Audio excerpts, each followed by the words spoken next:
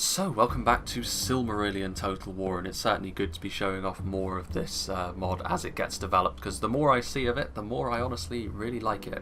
And today we're going to be having a look at a siege battle, the first out-and-out siege that I've been able to show in Silmarillion. The last two have been sort of more set-piece field battles. This one, however, is an out-and-out siege on a settlement which I believe is called Sirion, or Syrian.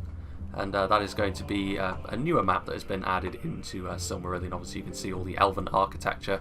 This building here stands out quite a bit, it must be said. But perhaps more important than showing off a new map, even as good as this map looks, we're going to be seeing the beginnings of a whole new faction here today with the Guarded Realm of DORIATH. And in comparison to the other two heavily elven factions in the House of Feyenoord and the Elves of Assyriand, if you think about the House of Feyenoord, they certainly have a huge focus on their heavy cavalry. Just their cavalry in general is very, very powerful. The Green Elves of Assyriand, of course, have got a large focus on their archers. So what's left for DORIATH to have a big focus on? That is, of course, their infantry. And I've heard, just from sort of milling around and sort of lurking on the Silmarillion Discord, I believe we're going to be seeing some good things from DORIATH's infantry in this particular battle, and they're going to need to, because of course when you're outnumbered in a siege, the odds are always stacked somewhat against you. So we'll see just how good DORIATH's infantry is today, as they are surrounded on all sides by the enemies that mean to take this settlement away from them. But we'll go through them and the settlement itself in a little bit more detail after we've gone through the attacking armies, starting off over here with the House of Feyenoord, played by Inaria. So the House of Feyenoord, certainly their elven infantry is not to be sniffed at either. They also have some shield bearers of Halavorn over here as well. Some basic units for the front line. There's obviously spears. They do have to put up with that malice, but they do have a faster attack than other infantry. That's true of all spears in Medieval 2, at least the mechanics. But certainly I think against the stronger elven infantry they're going to be facing off against today, they're really just going to be here for making up the numbers and being tough to kill, more so than the killing power that they actually bring to the table with those spears. Off in these trees we can see the Roqueni Magloro, so the Knights of the House of Feyenoord, and this is where they should be able to lay down a bit of a marker against the House of DORIATH, or the Guarded Realm of DORIATH I should say. But it remains to be seen if they can actually use that cavalry in the settlement. Of course, a siege is rather the natural habitat of a faction which focuses a little bit more on their infantry, but of course the House of Feyenoord have got their own heavily armoured units. The Archers of Amrod, for example, it's going to be interesting to see if they can get into a good position to skirmish with the enemy. Obviously with their upgraded armour in particular, they're going to be very nasty to try and trade blows with at range. Just in behind we can also see a full line really of footmen of Amras.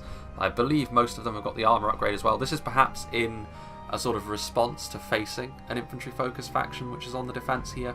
They're going to need some quality of their own, and the footmen of Amras should be able to provide that, because of course when you're talking about elven line infantry, you often expect good things from them.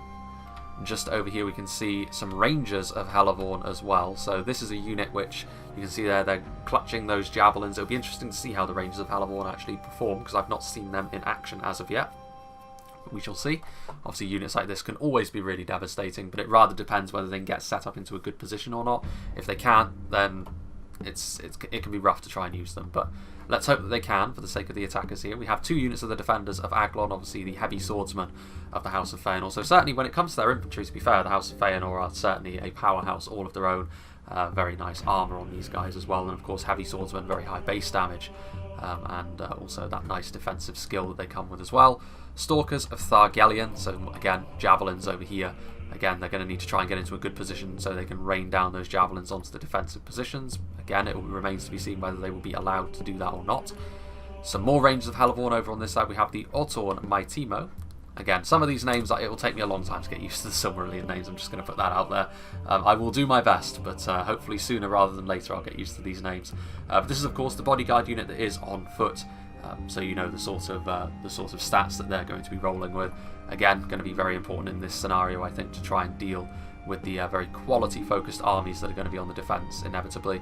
More Stalkers of Thargelion, and of course a catapult over here. And the crew itself will be pretty decent. You know, they'll be able to look after themselves in melee to a certain extent. But of course the main event is going to be that artillery that they're using.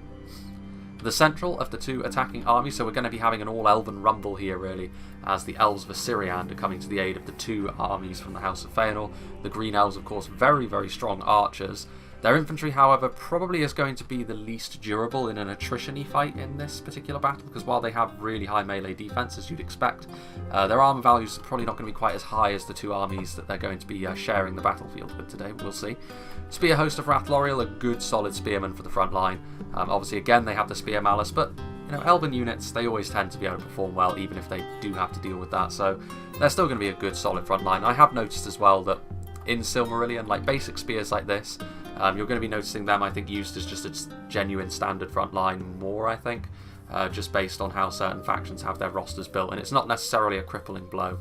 Like it could be in Reforged, for example, if you were Gondor and you didn't have access to the Gondor infantry, you just had the spears, it could be a bit of a problem with the lack of damage, but in this mod, I think, because of the different focuses, I think it works. So the Spear Host of Rathloriel are going to be making up the front line. Of course, back here we have some Earthen End Tower. Last time I played the game, when I was the Elves of Assyriand, I brought the detachment version, of course. Detachments, just as a reminder, are half-strength units that you pay half the price for, which is, I think, a really neat feature that has been added. This, however, is the full-strength version, so obviously very strong archers at range and also very devastating axe infantry in melee. So those axes could be put to very good use. And then back here we also have, I believe, that's 2 units of Mythern and Tolmagallan. This is really the General's Bodyguard unit that the Elves of Assyrian can bring in terms of their infantry. Thranduil's over there. I brought 2 of them when I last played, and I think it's a good choice to do so because they're really strong, and if you go archer heavy, it pays to have a nice strong core as well, and then you can also make up for the lack of damage perhaps that those spears have in relation to your other infantry. The Elves of Assyrian have got a lot of hidden units in their roster as well, so chances are most of their army is going to be squirreled away somewhere. But we do have another detachment of their army over here, some Spear Host of Rathloriel, 2 units, one of which is actually a detachment, funnily enough. Another unit of the Earthen End Tower, again the full strength version, and of course the Juggernauts of the Elves of Assyrian's army, a unit that we're all very familiar with, I'm sure, the Ents. So the Ents could be very useful in this battle as well to dislodge some of those Doriath positions. And then the final attacking army is another unit from the House of Feyenoord, played by Secretariat. Did I mention who's playing the Elves of Assyrian? The Steward of Dale is, if I didn't. So over here we can see that there is actually quite a lot of cavalry on display. We have the Mounted Company of Corufin, and they're Javcav, so they can play a couple of roles. They can be used, of course, defensively to stop any sally outs, but if that isn't the case, they can also be used as just regular javelins. And being horses, they can also get into a good position. They've got a bit of elevation as well in comparison to their footbound brethren. But we'll see. I mean, it's still fairly expensive for 63 javelins if that's all you're going to use them for, but just the extra security of having a force which can deal with enemy cavalry sally outs is perhaps worth it. You can see over here the Roqueni Magloro as well, so 2 units of Elven Knights. Be interesting to see if they can really get a bite onto defensive positions. More archers of Amron, as we saw on the other side, as well as more footmen of Amras, and they all have the armour upgrade once again, so again, I can only assume this is to try and equalise with the quality that is certainly going to be on the defence with the Guarded Realm of Doriath. A couple of units here of the Defenders of Aglon with the armour upgrades, and over here we also have some Ottorn and Maitimo once again, so really quality focused armies these, I think, in terms of the infantry from the House of Feyenoord, which I think, considering their opponent, is absolutely the right thing to do. 2 units of Stalkers of Thargalin, there might actually be 3 units of them, 3 units of Javelins, disposable compared to the rest of their army as well, so Javelins that are on the cheaper end of the spectrum are always a fairly good investment in this sort of situation. And 1 unit of Shield Bearers of Helavorn over here, and also a Trebuchet. Be interesting to see if the Trebuchet can make an impact as well as the Catapult. But now we shall move on to the new hotness that is the Guarded Realm of Doriath. So J-Monster is going to be one of the players on the defence, and the other one's going to be Eclipse 2500. And we shall start off with the Axe Guard of Region. So of course, an axe-wielding line infantry unit. So much like the Footmen of Amras are the line infantry for the House of Feyenoord as they come forward. You couldn't call them Mythern and Tolgallan, the line infantry of the Elves of Assyrian, because they're kind of intended as a more elite, more sparsely used unit, I think. But the Axe Guard of Region here, very, very strong units of line infantry. The Sword Host of Region as well, so you can really get a sense for the varied amount of heavy infantry, or heavier infantry, that Doriath have at their disposal. That's a fairly neat structure there. The Warriors of Region as well, so a 2-handed axe unit, so really covering all their bases well here. Lots and lots of heavy infantry. That AP is going to be really handy as well against the upgraded House of Feyenoord infantry they're going to have to face. More Sword Host of Region over here, some Axe Guard of Region, as well as more Warriors. So again, these Region units definitely forming up the bulk of J-Monster's first army, which I'm sure we'll get to see them perform very nicely indeed. We also have some Wardens of the Girdle over here, so very, very nice. With their armour and how heavy it is, you could sort of mistake them, I think, for being something along the lines of the Noritano warriors, but we shall see how well they perform. The only thing I know for sure is the only unit with body piercing in the game is the Randirim from the Elves of Assyrian, so that's something DORIATH won't have at their disposal, to be fair. We all know how devastating body piercing can be when it's on the defence. That's something they'll have to do without. They'll have to rely on the strength. They're just standard strength at arms and any archer units they choose to support this very, very tough block of infantry with. We've got some shield bearers of region, so the spearmen as well. They're going to be a really nice backbone to this front line, I'm sure. Back here we also have the Donath en Mablung, so big heavy maces there, AP once again, so we're going to be seeing lots of AP potential from these armies over here. Eclipse has got his army all in one large blob, but he's got plenty of time to move them into position here. So warriors of region, he's got some sword host in there as well, some spear host of the girdle, which look to be javelins mixed with spearmen in terms of a hybrid unit, so that'll be a very useful thing to have on the defence. Let's see if there's anything else in there. You can see the big maces from the Donath. It's kind of hard to make out much of anything else. We have some marksmen of region as well, so the heavier archer, I imagine, from DORIATH.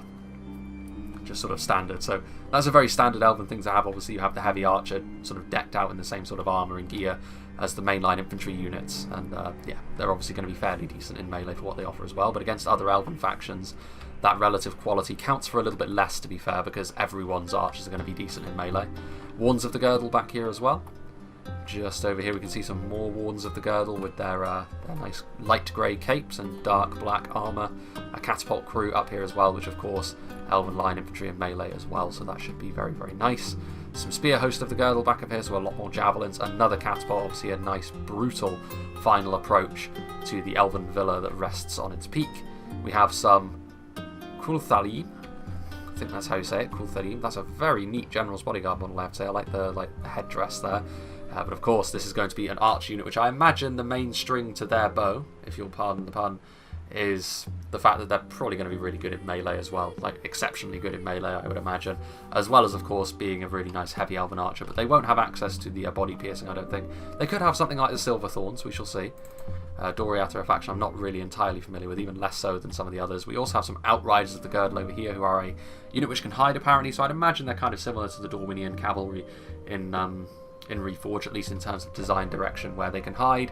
Very damaging off the charge, I would imagine, as well, but somewhat fragile, so they're going to need to be super careful around the cavalry from the House of Feyenoord, because they'll get ripped limb from limb if they get caught out like that. But without further ado, let's begin.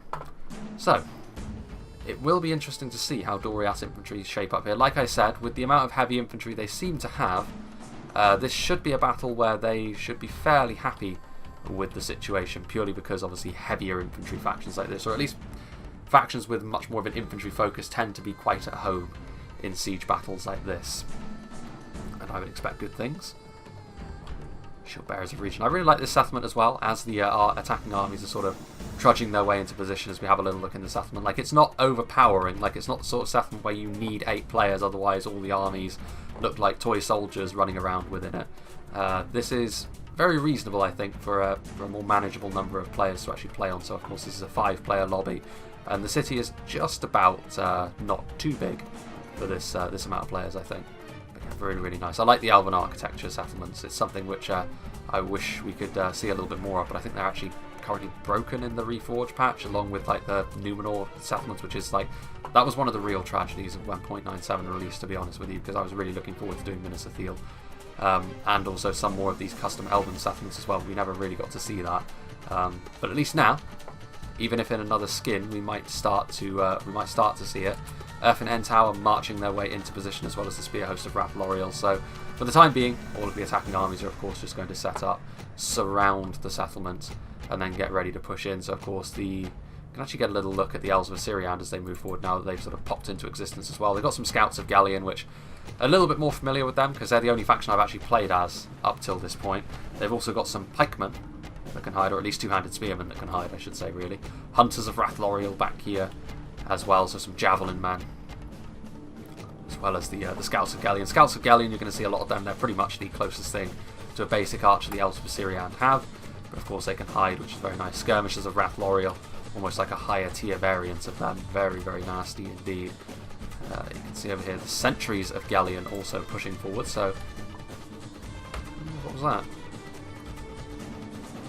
That, I believe, was that the Marksmen of Region? Whatever it was, that looked like the Silverthorn arrows. Indeed it is. They're raining down from somewhere, I think. The sentries of Galleon are going to get out of there. Now, unfortunately for the defenders, they really don't want their Outriders of the Girdle to be spotted by the sentries of Galleon. Because if they are, the cavalry from the House of Feyenoord will be able to come forward and easily deal with them. And also they'll be alerted to the fact that the defenders have brought cavalry, whereas you're not quite sure until this trap is sprung if they manage to stay hidden. Meanwhile, looks like we are going to have the first few pokes and prods from the Elves of Assyriand as the Steward of Dale starts to encircle on the other side of the moat over here. He's going to try and take a few pot shots at the Elves of Doriath within their walls. Although this could be construed as a bit of a victory in itself for the Elves of Doriath, purely because they don't really have the best of angles to be shooting over the wall here. Most of those arrows are just going to get buried into the walls of this settlement over here. Although actually no, they are going to be able to shoot into the side of this unit over here because they can just about crest over the wall. They've got a perfect shot, and of course with elven accuracy, even though it's not a particularly good angle, they're still going to find their marks more often than other races archers will manage. Also, Syrian's still just pulling out wide over here. What is this unit up here? Roqueni Magloro, maybe doing a little bit of a sweep of the area. Not sure why they're taking quite such a wide berth. But they may as well. I mean, the House of Feyenoord, they're probably fairly safe in just using their knights in that manner. Purely because, based on what I think I've seen within the game so far, like that's certainly the strongest single cavalry unit thus far. Certainly the Orcs of the Dominion of Turin Guahoth? Is that what they're called? I don't know. They're the faction that I dread sort of saying the names of the most, to be honest. The Black Speech is going to take a little while to get used to. But they have a wide selection of wargs, and they do obviously have a General's Bodyguard tier unit in that vein as well. But I don't believe anything quite as versatile or devastating as Knights can potentially be. Well, Marksmen of Region still the calm before the storm here. I think they're just waiting for Secretariat's army to hotfoot it into position. Interestingly enough, I think over here they're a little bit more bottled up because they've essentially got 1.5 armies having to go through just over here, whereas the 1.5 armies on the other side have 2 gates that they can pass through. Still, it's a very defensible settlement, this, with the moat running all the way around it. You're obviously not going to be able, and also the walls are just purely buildings as well, so you can't knock them down, you can't get siege towers onto them either, so it's going to be a much more forgiving settlement to defend in that regard, I suppose. Really neat as well how it's sort of sat in the middle of this river. Shield Bearers of Halavorn moving into position. They're almost certainly going to be the first ones in, but they're going to need support if they want to achieve much of anything. You know, human spears like this, they can be solid on the front line, but they're not going to be a match, I think, for the heavily armed and armoured elven warriors wielding those large axes. Meanwhile, over here, they have poisoned arrows. I kind of suspected just by looking at them they had some sort of special projectile, and it is going to be poisoned arrows. Although, I'm not quite sure. I mean, they're going to be able to hit a couple of the Shield Bearers of Halavorn on the approach. They're going to get a couple of the Stalks of Thargalion as well, trying to deny the attackers some of their javelins at the very least. Poison arrows, though, they tend to come into their own later in fights when the morale debuff really starts to hit. Obviously, at this stage in the fight, no one's really thinking of routing. So let's see over here. If you're moving forward, Spear Host of Rathloriel, as well as Hunters of Rathloriel, so they've got some javelins, as well as some standard spears as well. So yeah, I think certainly the javelins for the attackers are going to be one of the ways that they can really make the Guarded Realm of Doriath pay, if they can get them into a good position. Marksmen of Region, meanwhile, firing over here, getting those bows ready. Yeah, so they have Silverthorn arrows, which is very interesting, actually, because they're sort of more of a standard heavy archer. But the Silverthorns are here. At least that's what I think that particular projectile is. Yes, it is. The same one that the high tier Lothlorien skirmisher has over in Reforged. So they're really taking a toll on the skirmishers of Rathloriel as well. Like, the Elves of Assyriand are going to have more of an archer focus as a faction, but when you have the advantages of a settlement and its walls to hide behind, you can't just put your archers out front and centre because they're going to get mown down without any sort of cover. And there you can see more marksmen of Region firing into this nicely formed but wide open army from the House of Feyenoord. Fortunately for them though, I suppose most of those initial hits went into the footmen of Amras, but the real prize are the defenders of Aglon. They may have the armour upgrade, but they are still unshielded, which is not great from their perspectives. And Spear Host of Rathloriel on the front.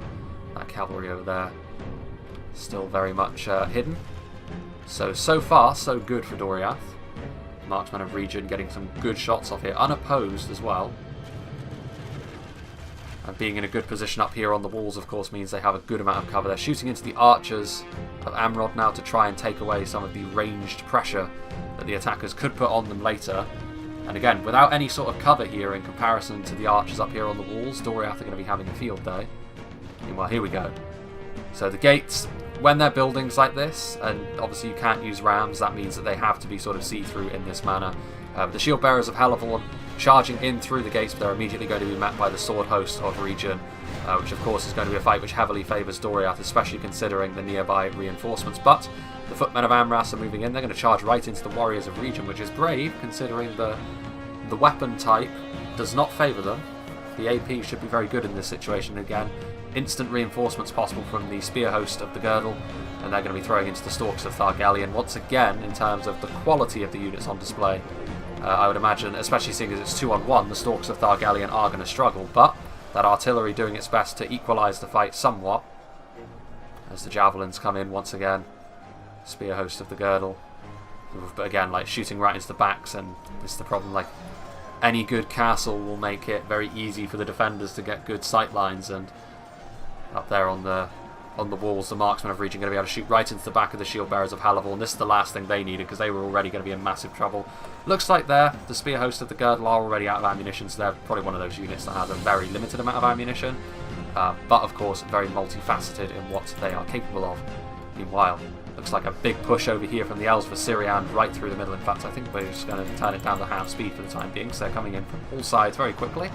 Spear host of Rathloriel pushing through, maybe a little bit unprepared for an attack on this scale, the regarded realm of Doriath, but the Ents and what's left of that unit of Spear Host are now going to meet a solid wall of Spear Host of the Girdle and Warriors of Region. And the Warriors of Region, exactly the sort of unit you want up against the Ents. The Ents can seem really, really scary initially, but if you can whittle them down with that kind of unit dealing that sort of damage, they will go down. Much in the same way that Trolls do. You can see over here some Axe Guard of Region as well. Again, like one-handed axemen like this, I don't believe they're AP. I think that is the same as it is in Reforged, but they do have a higher base attack than line infantry wielding swords at the expense of some melee defense. This is the problem for the Axe Guard of Region. They are getting overwhelmed somewhat. There is still an Ent over here, but also the Earthin End Tower, which not only are they good at range, they're also very strong in melee, and they're also going to get backed up by some Spear Host. I think they probably should differentiate the names of those two units. The Spear Host of well, I mean, Gellion and Rathloriel, like they are, I don't know, they're kind of similar. There you can see that the Spear Host trying to get in position. Over here, the Axe Guard are winning, but with more and more of these green elves pouring into the settlement, what will Doriath's response be? They have the reinforcements to stop this, to be fair, but thus far they're content to let it be. Some more Warriors of Region are heading over now. There is actually a gap, so you can actually destroy the walls. I was actually lying this whole time.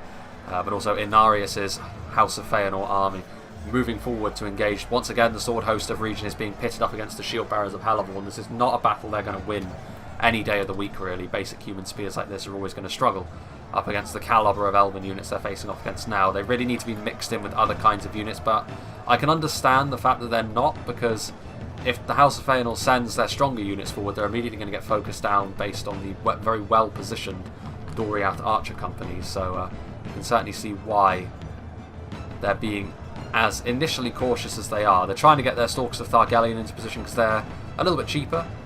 Not the end of the world if they lose them, perhaps, but still potentially very damaging, the sort of thing which can tilt the balance of a fight to their favour.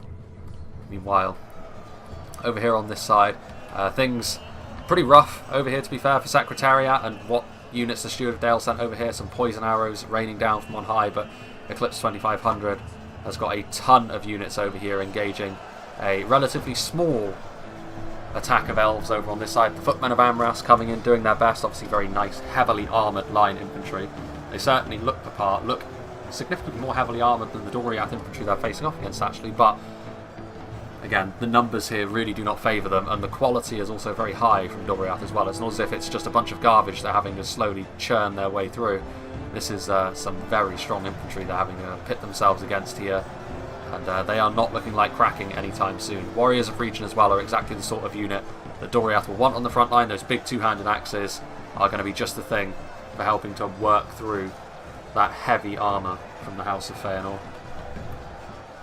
Meanwhile over here, Spear Host of Galleon moving in, so the Phalanx is going to try and come into effect here from the Elves of Assyrian, which again could be a very useful thing. I didn't really notice much in the way of a Phalanx for Doriath, but they are lighter spears, and when the numbers are this skewed, a Phalanx can be easier to break. Trebuchet is trying to get into a position a little bit closer to do some damage. The Archers of Amrod trying to shoot over the walls. You can see that the silver lining over here is that Doriath have vacated the walls, trying to get into a position perhaps. They were in position to shoot, but perhaps they've run out of ammunition. They have been shooting far longer than the attackers after all. But to my mind, well utilised ammunition up till now. Here though, Earthing and Tower still pushing in. Much more in the way of reinforcements have come across now from Eclipse 2500 to slam into the side of the Steward of Dale's primary assault over here. Got some skirmishes of Rathloriel in here. What's the fate of the Ents? They're still fighting away. Half speed, of course, probably helping them out. Axguard of Region coming in. Some Spear Host of the Girdle reloading, so getting out of melee with the Ents and then going to try and throw their javelins. Meanwhile, he's been sent flying by the Ents. Warriors of Region doing their best. Victory seems certain. I mean, the Ents are kind of isolated at this point. The Spear Host of Rathloriel very low on numbers, but they are going to receive some high-quality reinforcements in the Earthen End Tower now, and axe to axe. A big two-handed battle axe seems like a rather savage weapon for a fight in this particular environment, but it's certainly going to do the business against the Ents. Nothing will fell a tree quite like a good axe. Spear Host of the Girdle trying to use some javelins on this rather decent chunk now of Assyrian infantry that's moving forward. There's some skirmishers getting a little bit closer. Also some hunters, so actually not really out-and-out infantry. Some archers and some javelins going to try and do some damage to this stronger point of Doriath's infantry. Let's go back up to 1 speed now. Skirmishers of Rathloriel moving in, but I actually kind of worry. The Elves of Assyrian are pushed in quite a lot down here. Ooh, that was actually a decent chunk of friendly fire there, which is not what Doriath needed. They need that area to stay strong, but the problem that Assyrian might have is these two sides might buckle, and then what units they've sent in are going to be surrounded, so it's a bit of a gamble here from the Steward of Dale to send his units in like this, because these defences won't last forever. The Spear Host of Rathloriel will get buckled by that amount of infantry. The Skirmishers of Rathloriel getting it further into the settlement to shoot the units that are further out of it. That's very interesting. They are getting some decent hits though, at the very least, and they have managed to make some good ground into the settlement, which is interesting. Over here, meanwhile, Footmen of Amras actually going to be taking the walls, and actually I would say over here, yeah, you can see up here the Wardens of the Girdle getting engaged now by the Footmen of Amras. That's bad for them. They're not going to be able to stand much of a chance in melee against that particular unit. They're going to need to rely on some support from the rear island. But over here, Inarius is having a better time of it, I think, than both of his allies, certainly the other army from the House of Feyenoord. You can see their javelins piling in.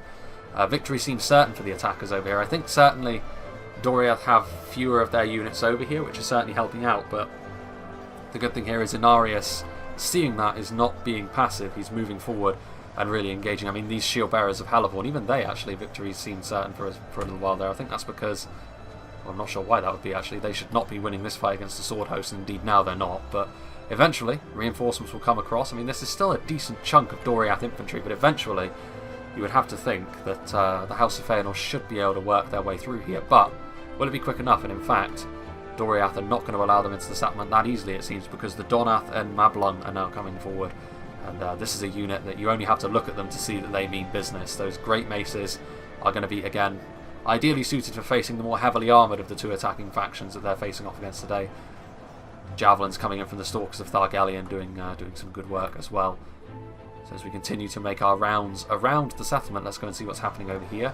Defenders of Aglon moving in, and actually the Stalks of Thargelion getting into a fantastic position up here, and this could be a bit of a game changer. Stalks of Thargelion may be human javelins of rather basic nature, but they're in a perfect position here to just rain javelins down, and with the addition of the Defenders of Aglon on the front line now as well for the House of Feyenoord, this is exactly what the attackers needed over on this side. So DORIATH infantry, they're kind of in trouble here because they don't have a genuine advantage in melee anymore. It looks far more even now that more reinforcements have come forward, especially the Defenders of Aglon. But those javelins up there are going to make a difference as well. Some spear hosts of the Girdle have managed to sort of squeeze their way through and get up onto the walls, which again is a huge moment as well, because it means the Stalks of Thargelion will not be able to fire. And in terms of their abilities in melee, I would certainly back the elves in this particular fight over the men that are trying to stop them now. So a few good volleys though, and that honestly that may be enough. Like volleys like that are exactly what you need. In comes the Ottorn, so the bodyguard tier unit for the House of Feyenoord now, so they're continuing to send men in, and they do need to because they're still being worked up the line here. But they're not doing quite as poorly as they were when last time we saw them. Their army is faring a little better now. Meanwhile, over here, ooh, that's not a good sign. That assault, I think it must have collapsed when the Ents died. You can see all their corpses over here. So those DORIATH axes really started to make their mark, and now, unfortunately for them, it's looking like the attack from the Elves of Assyriand has been well and truly flung back outside the gates, because there's not very many units of theirs left inside the settlement now. In fact, there's only some scouts of Gellion. So the archers have come in, but they're going to be no match whatsoever for the DORIATH infantry here. So yeah, that was always my worry with this assault. It looked as if he'd kind of overextended down there. He didn't have enough on these two roads either. He had also sent over reinforcements to help out over on the other gate, so I don't know, I think the Steward of Dale, he made life quite difficult for himself there, I think. It was bold, but it was ultimately something he did a little bit too early on in the fight, I think. That would have been the sort of thing to do a little bit later when DORIATH are looking a little bit more winded. But we do still have some Mythern and Tol Galen over here, and they're a very, very strong and capable unit of infantry with those maces. But they are also somewhat isolated at this point, and I don't know if the Green Elves really have much of anything left. They've got some Hunters of Rath L'Oriel, but that's just about it. So the rest of their army will be acting in a supporting role to the two wings of the Sons of Feyenoord's army.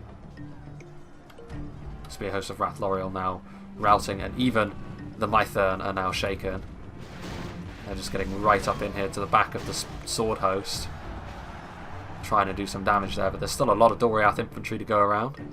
Inarius, when last we saw, looked like he was making some inroads, but that was before we saw the committal of the Donath and Mablung, and now all of a sudden things once again in a bit of a deadlock. Although to be fair, some Defenders of Aglon have pushed through the gates to back up the shield bearers of Halavorn, but they're looking very depleted now themselves at this point.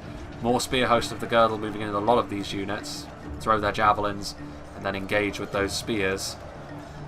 Defenders of Aglon would probably be able to defeat them one-on-one, but at this point, based on the positions and based on the numbers, it's not great for them. Meanwhile, over here, the Donath continuing to just push forward. They've done some real damage. You can see where they've been joining the line here, and they pushed the House of Feyenoord right back, and they're now engaging with the upgraded Defenders of Aglon. But now also, some Rangers of Halavorn moving into position. Still a very bloody fight over here, but it's one that... Well, there goes the General of the Green Elves. It's one that I think DORIATH will be a little bit more happy with than they probably were when we last looked over here. Mainly because they've managed to kill off a lot more of the House of Feyenoord's forces, and the front line has not yet moved.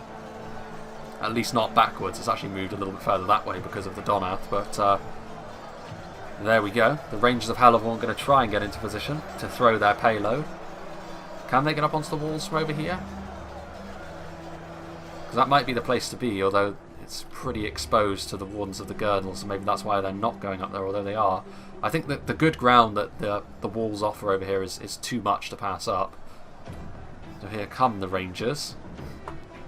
Very much like the Stalkers, only with that red colour scheme. Bit of chain armour as well, instead of wearing all leather. So that's how you know that they are the stronger of the two. But you can see immediately, as soon as they get into position, the Wardens of the Girdle over on the other side of the river immediately loose a couple of volleys into them. Not devastating damage, to be fair, but it is going to be persistent damage, which is the problem. arrows bouncing off the wall. Stalks of Thargallion in melee. That could be construed as a bit of desperation. Right, let's go and see over here. I feel as though the attackers need something to go their way over on this side now that the Green Elves' army has been utterly vanquished, but I don't think it is, to be fair. They no longer have any... well, they do have some ranged units up on the wall, actually. The Archers of Amrod. Very nice armour on them, but they're also, again, they're being hit by the Warns of the Girdle. Not being given a moment's rest, really, here, the attackers, as they move in. They're claiming the good positions. It's exactly what you want to do when you're on the attack in a siege. Make the defending fortifications work for you, get into good positions to shoot. But as soon as they do, the problem is, once again, they have no cover, and they're horribly exposed to the Doriath skirmishers. And Doriath, all too happy to prevent the attackers from utilising their ranged units. And just allowing their infantry to do their thing. Some Spear Host of Rathloriel, though, charging into the back. I mean, that's an important blow, that. With more Archers of Amrod, there's the Ottorn down here as well. It is looking slowly but surely, at the very least, as though this is going to be a bit of a victory. The Roqueni Magloro are also now within the settlement, so that's a very good sign, actually, for the attackers. They need to keep these knights moving now, because yeah, you can see over there that more of the Green Elves have moved forward. Now that Doriath have kind of vacated this area a little bit, Sentries of Gellion moving forward as well. They really need to... well, I'm not really sure what this cavalry over here is doing. It's rubbing right along this Doriath front line, which is all well and good, but they're going to be taking swipes from all this infantry. Those two-handed axes in particular could do some really nasty damage. Spear Host of Rathloriel going up against Spear Host of the Girdle here. Spear to spear, trying to prevent any sort of reinforcements from reaching the line. The Mounted Company of Corufin going to be throwing their javelins in, but they charge a little bit too deeply into the settlement and are going to be met once again by this very impressive Doriath front line. I think it's a mixture of the different kinds of infantry they have here that makes them quite scary to behold as well. Like, they have the AP from those two-handed axemen, they have the defensive skill from the sword host, and then the axe guard gives them a little bit more of a balanced approach. That's a good charge, though. Getting those knights into the back, and they need a little bit more of that. Ooh. That there, once again, from the Doriath catapult, is hitting more of their own men than the enemy. I can see what they were trying to do there, but it was a little bit reckless to try and think that would work. Meanwhile, Kuthalim, or Kuthalim,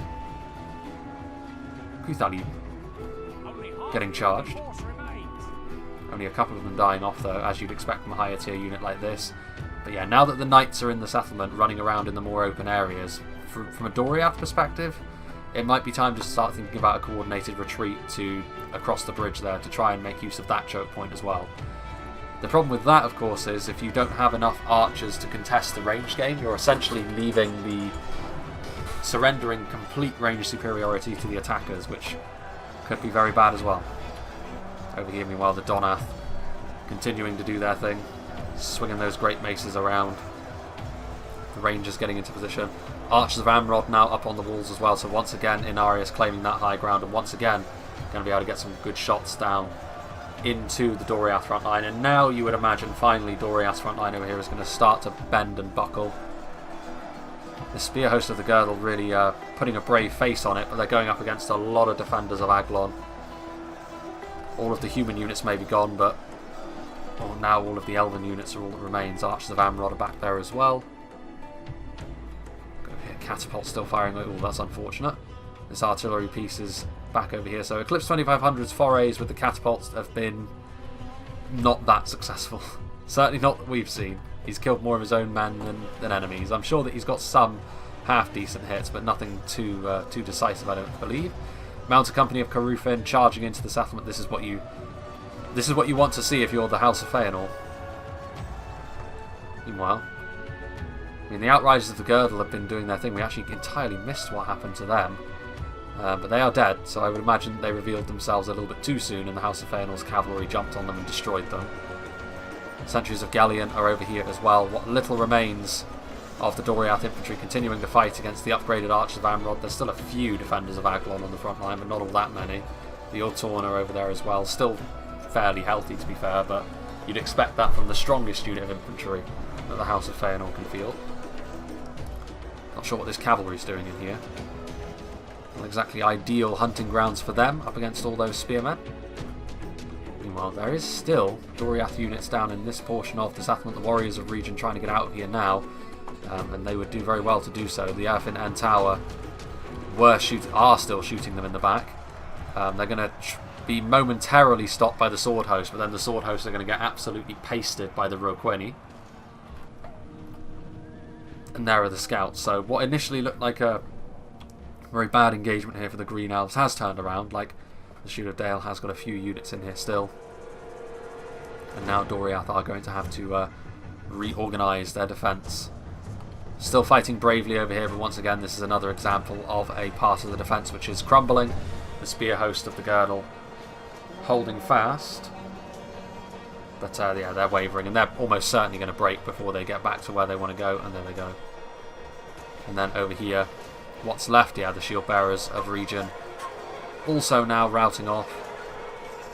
And now the Crimson Armour of the House of Feyenoord surrounding them on all sides. Costly though it was to get in here, mission accomplished for the attackers. Their cavalry has done the business, but now the question is, a lot of their army, a lot of the power in their army, genuine power, is still bound up in this cavalry. In order to use their cavalry again effectively in this battle, they're going to need to find a way across this bridge, and unfortunately for them, the stakes are well positioned.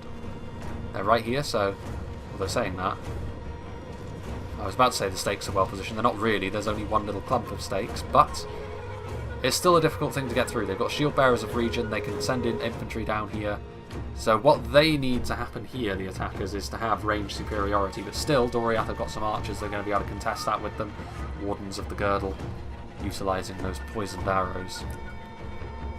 Shooting into the Earthen End Tower. Earthen End Tower at this point are very depleted, the second of the two units in the Assyrian roster. Here in this long column, which to be fair probably makes them significantly more difficult to hit. Hunters of Rathloriel, some javelins. Steward of Dale's army is looking very battered and bruised. He does still have some scouts of Gellion back here, which would probably be ideal for skirmishing with the defenders over on the other side of that river, to be fair. We shall see if that's indeed what he does, because I would imagine that's probably how this sort of phase of the fight is going to be going on, because certainly, you know, the defenders, their hands are tied at this point. This choke point needs to remain intact, otherwise all of that attacking cavalry will wash over them. But honestly, I don't know. I feel as though the defenders are in a good position here, because I think they still have range superiority. They still have units like the Cuthali. Again, names take time to get used to them. But the Cuthalium over here going to be very, very difficult as an individual unit. Of course, they've still got Wardens of the Girdle back here. They can send in one by one to slowly win the skirmish fight if they need to. Yeah, I mean, it's a decent amount of strength they still have. And they still have a unit of Donath back here as well, which, considering I think all of the high-tier infantry from the attackers has already at least seen combat, so at the very least they'll be slightly depleted. Could be difficult here for the attackers to win without being a little bit clever about this. They need to be careful. The Archers of Amrod should be very good in a skirmish fight with that armour, to be fair. But it's going to come down, I think, to quantity here for the attackers. Quantity of arrows downrange. Spear Host of Rathloriel moving in. Interestingly enough, repositioning. That's risky. If they move in there, I mean, to be fair, cavalry needs to walk through those stakes, and if they walk, they're going to get skewered by the Shield Bearers. Shield Bearers, however, shields very much pointing in the right direction, so I don't think they're going to be too concerned, to be honest with you, with the attentions they're getting from the sentries of Gellion over here. I mean, this is never a comfortable position to be in if you are a defender, because you're kind of sat there and you're out of options, basically. Like, the initiative is in the hands of the attacker, and you have to just sort of wait and hope that you have the resources at your disposal to withstand them. Whereas when you're out in a bigger section of the settlement over here, you can take a bit more of an active role. When it comes down to brass tacks in the late game and it's like this, it can be far less cut and dry. Warriors of Region moving forward, a very depleted group of Warriors of Region, though only 17. Combination of the Archers of Amrod and the Spear Host of Rathloriel should be able to deal with them without too much in the way of issues.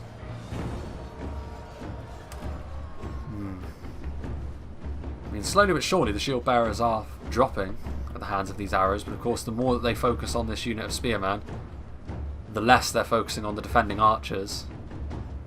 Wardens of the Girdle pulling out those axes, and you can see there they're now moving to the support of that unit of axemen that they sent forward initially. And it's now A bit of a pit fight over here on the bridge, and with all of these reinforcements, DORIATH should have claimed the advantage in this fight. Most of that is out of ammunition archers after all, and I think that might be a catapult crew as well. Indeed it is. Catapult crew, still very good, still line infantry in Silmarillion Total War, but they are only 40 strong at this point. So numbers are going to be the thing here, and now the spears are committed, so now it'll be very interesting to see how this fight develops. As the rain pours, the sky weeps. Probably very sad that the elves are just slaughtering one another unthinkingly. Hunts of Rathloriel continuing to fire. The archers have Amrod moving into position, but they've got their arming swords drawn, so sentries of Galleon continuing to fire.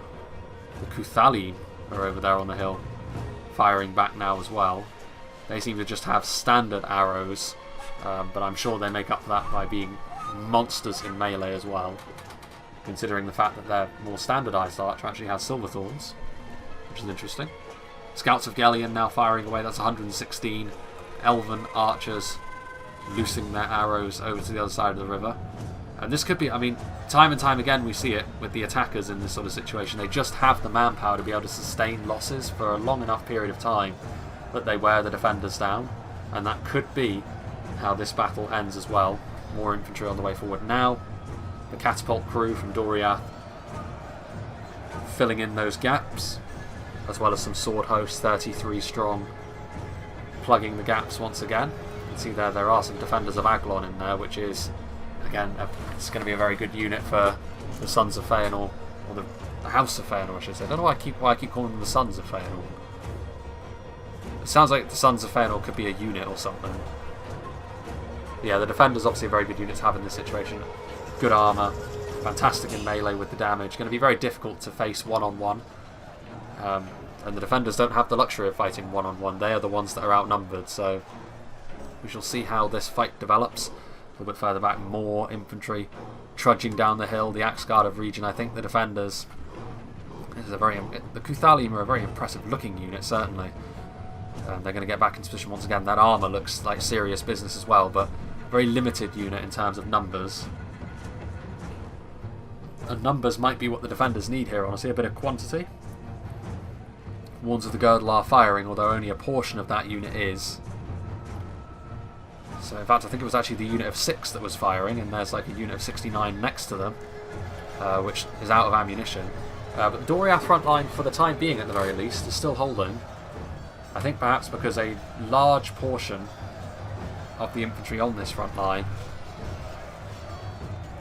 is Archers of Amrod. Now, interestingly enough, when I've updated my Silmarillion build, it appears that the banners are like the old Medieval 2 banners with the Roman numerals on them. I don't like them. Like, I'm gonna have to go into the the files, I think, and turn those off, because they obscure too much for me. Like, it's overkill when you've got the other banners as well, including the banners that the actual units are actually holding instead of just the floating ones. Meanwhile, the Mounted Company of Carufin are moving forward, as well as the Sentries of Galleon. They're trying to push in with their cavalry here, which is a risky move. Although, to be fair, what other use is the cavalry really going to be in these situations? They're going to try and come in here, but I don't think they're going to get through. Another unit of Axe Guard of Region are coming in to shore up the line just in case they do. 53 strong, that's a decent number at this later stage of the game. Still, both sides trading arrows back and forth between their two skirmish companies, leaving the melee fighters to get down to business here in the middle. The announcer's not feeling too confident at this juncture. Scouts of Galleon continuing to fire, and they haven't taken many losses since last we saw them because they were presumably out of range. Here come the Roqueni, so the knights sort of barging their way through their footbound elven brethren. I mean, the Roqueni are certainly a tough unit, but they were shaken for a second there. They're going to try and push through, but are they going to be able to do so? Time will tell. I mean, it's looking pretty grim here for DORIATH. Their front line's starting to falter a little bit, and they're under constant pressure at this point in the battle. More arrows piling in. The Cathalion, I mean, it's not really an upside as such, but having a smaller unit means you can shoot for longer. It means you're not getting as much damage downrange as you would like, as quickly as you would like, but Archers of Amrod getting into position there from the House of Feyenoord, and getting some good hits here into the back of the DORIATH front line, which may be curtains for them, to be honest with you. It may be now that the attackers once again are going to be able to push forward. Yeah, the Wards of the Guard will break. The cavalry, the units clad in heavy armour, it was all going to be too much for DORIATH in that particular situation. Now, do DORIATH have it in them to form up another defensive line? It looks like kind of. They've got another unit of Warriors of Region in good shape. They've got the Donath, which are in perfect health. 2 units of Cuthali, although that unit of Cuthali, to be fair, has been caught out, rather, by the on-rushing knights from the House of Feyenoord, as the Roqueni continue to go around there. That guy is horse surfing still. It's an interesting bug with that particular unit from the House of Feyenoord, where that officer just refuses to sit in his saddle. He has to stand up. Catapult crew there killing off that final scout, or sentry I should say, of Galleon, but here comes the Horde. The Autorn are going to be at the back of it. So can DORIATH pull this out of the bag? I don't think they have the numbers left to do it, if I'm being honest. They can certainly make a good fight of it, because what units they do have left are of really good quality, but numbers do count for a lot, and it's going to be difficult. Certainly going to be difficult. Roqueni moving forth, getting their lances out. They're not really going to be able to get good charges, but honestly the cavalry can be used just as it was at the bridge there, just to barge through, use their mass. It's not the most glamorous of jobs for a unit of knights like the Roqueni, but it's the only thing they really can do at this stage, because they can't really get into a position where they can charge. Like, they're not going to be let through on a whim. There is enough room here to get up a decent charge, to be fair, but I don't know. Warriors of Region being committed forward, a more depleted unit and the healthier unit, and in come the Cuthali and the Donath. So this is pretty much just throwing everything in the kitchen sink at the attackers now. DORIATH's last stand as they move everything in to try and make something happen, but I would imagine the attackers are probably going to be in the ascendancy here. Again, there's still 5 Wardens of the Girdle at the top there, but it's going to take far more than that in terms of range support, I think, to pull DORIATH out of the fire on this occasion, especially with this amount of crimson-clad infantrymen heading towards them. Archers of Amrod down here at the base of the hill as well, they were fairly key. Like, as soon as they got into position, that front line crumbled, and they still have ammunition, they're still healthy as well, so when push comes to shove they can even muck in melee, and their armour upgrade should make them extra annoying to have to deal with. That Donath though, it's probably a good thing that the Archers of Amrod do still have ammunition, to be fair, because that's going to come in really handy against the Cuthali and the Donath and Mablung. Mablung is an interesting word. I wonder what that means. Defenders of Aglon pushing in again, 73 strong. It just goes to show that the attackers still have some quality units of their own. I also really like how you can see there that there's the sort of the white effect on the Defenders of Aglon's helmet, but if we have a look over here, hang on a minute, wait, that unit's white, that unit's got the black effect on its helm. What's that all about? How does that work? I thought that was going to be the Autorn. I mean, the Autorn do have the black effect there, as we can see, but wild. Well, regardless, that's pretty neat. In come the catapult crew, and to be fair, DORIATH's infantry doing very, very well so far. I mean, it was a lot of AP they had at the end. The Warriors of Region combined with the Donath. Huge amount of AP, in fact. I mean, it was just a case of numbers that I thought they were going to win this, but it might not actually turn out to be the case. I mean, to be fair, this cavalry is not really... If the cavalry cycled out, and maybe if there was a break in the front line, then they charge in, which may be what Inarius is waiting for over here behind this this little elven building here. Still a few more poison arrows finding their way down to the bottom of the hill and hitting the Archers of Amrod. Over here, more Roqueni moving forward, but they're not going to be able to push their way through, I don't think. I mean, 93 scouts of Galleon. Again, the ammunition that these units have left could be absolutely vital, because I do think in terms of overall quality, DORIATH do and did, in fact, have the edge, but it's whether or not the attackers can utilise their other tools to good effect, just like they did when pushing in and crossing the bridge. Catapult crew still doing the business, of course. The catapult crew being a useful infantry unit in its own right is going to be very useful at this late stage of the battle as well. The Cavalry, only 26 of them, and again it's the numbers I'm looking at here for DORIATH which make me still worry for them, because you can just see more and more of these attackers pouring forward. I mean, it is close, proportionally speaking.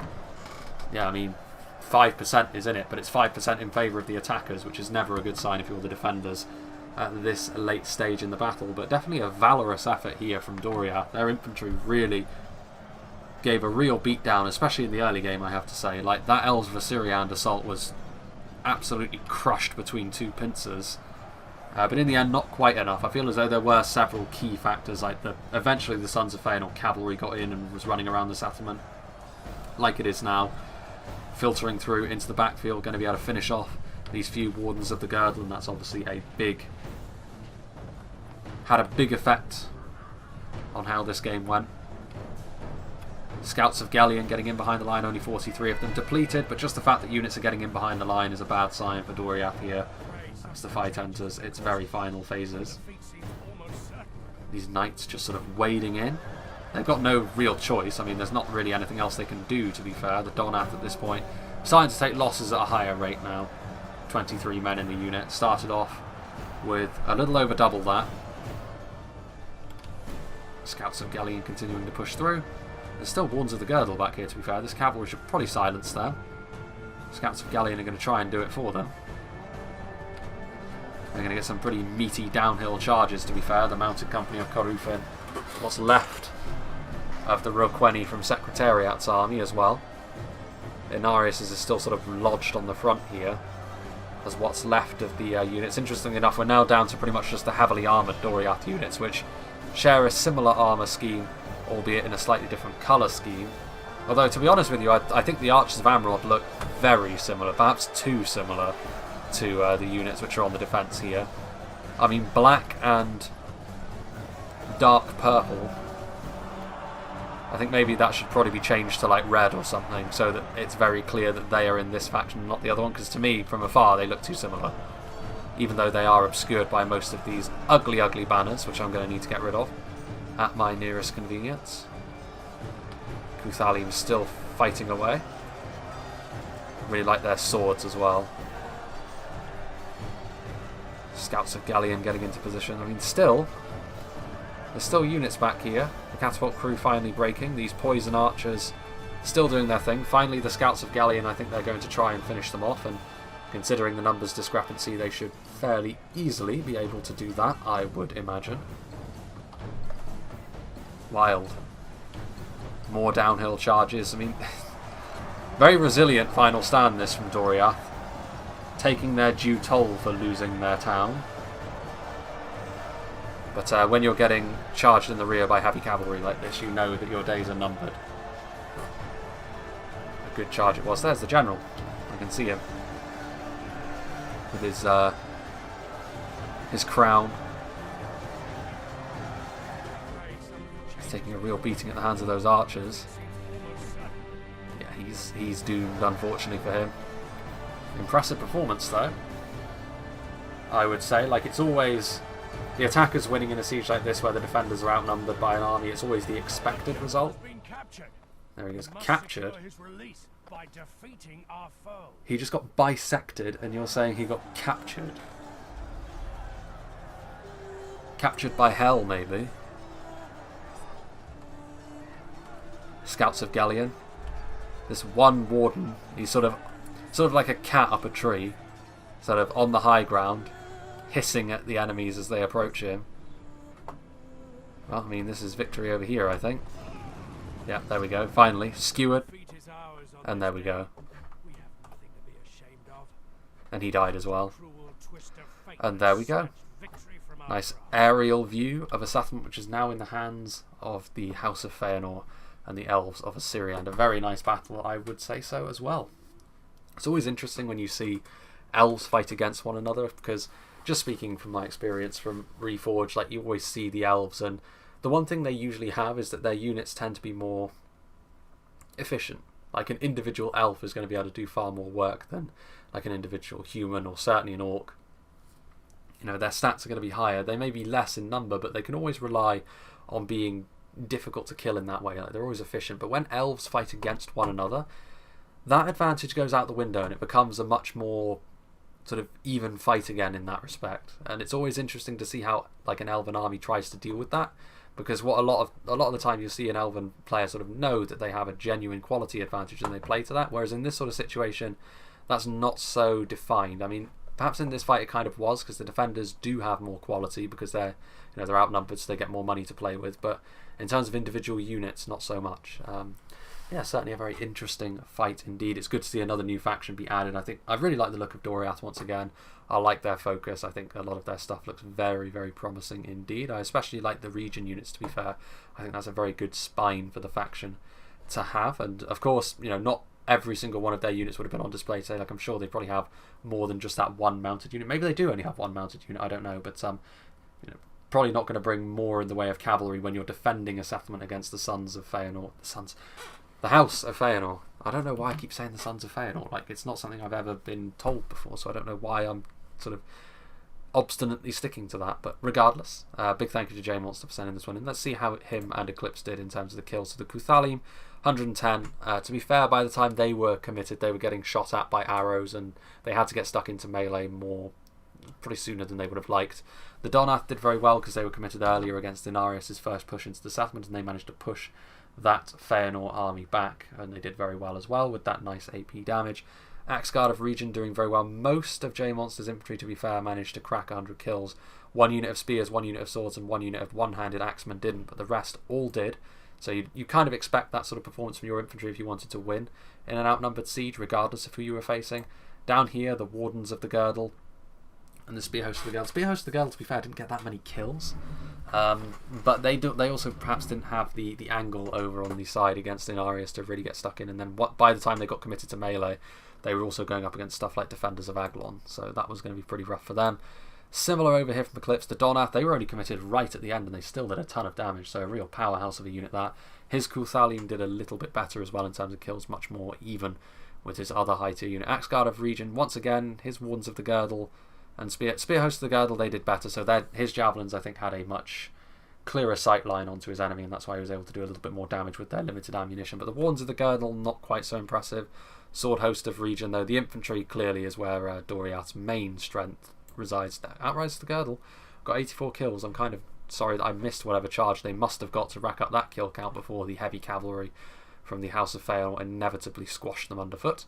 Marksmen of Region did quite well there, so the Silverthorn arrows certainly finding their marks there and making both of those units break 100 kills, as well as whatever they were able to accomplish in melee. But yes, Silmarillion Total War continues to look very, very good, I must say, and I would like to be involved in a little bit more myself. Of course, right now we're right in the middle of assignment season at university, which is why I've been cripplingly busy, to be fair. It's been quite difficult actually to find suitable gaps to record in, but I'm glad that I did this one, because this is the sort of battle that I really like. It was high quality. I think it shows off like the new stuff that's coming, and it's reasons to smile, I think, in and amongst my university difficulties at the moment with all of my work. Not difficulties so much, I'm doing fine, to be fair, in terms of grades, but certainly it's stressful. It's stressful, and this is the sort of thing which makes me feel just that little bit better in the evening when I'm able to actually record.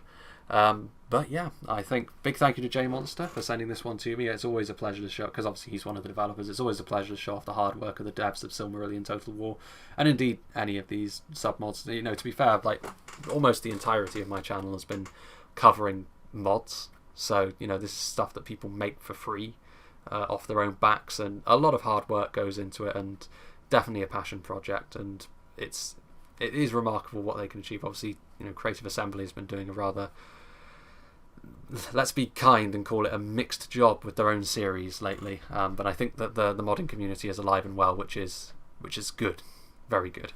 Yeah, big thank you to J Monster and all the developers for continuing to work on this. Big thank you to all the players that played in this game as well, because I think everyone did very well. Stewart of Dale, took some hefty losses as he made his way into the initial part of the settlement, but often in a siege someone has to do that. It's not a glamorous job, but someone has to take it on the chin so that the others can secure a bit of a victory, and I think that was what the Elves of Syrian did in this particular fight.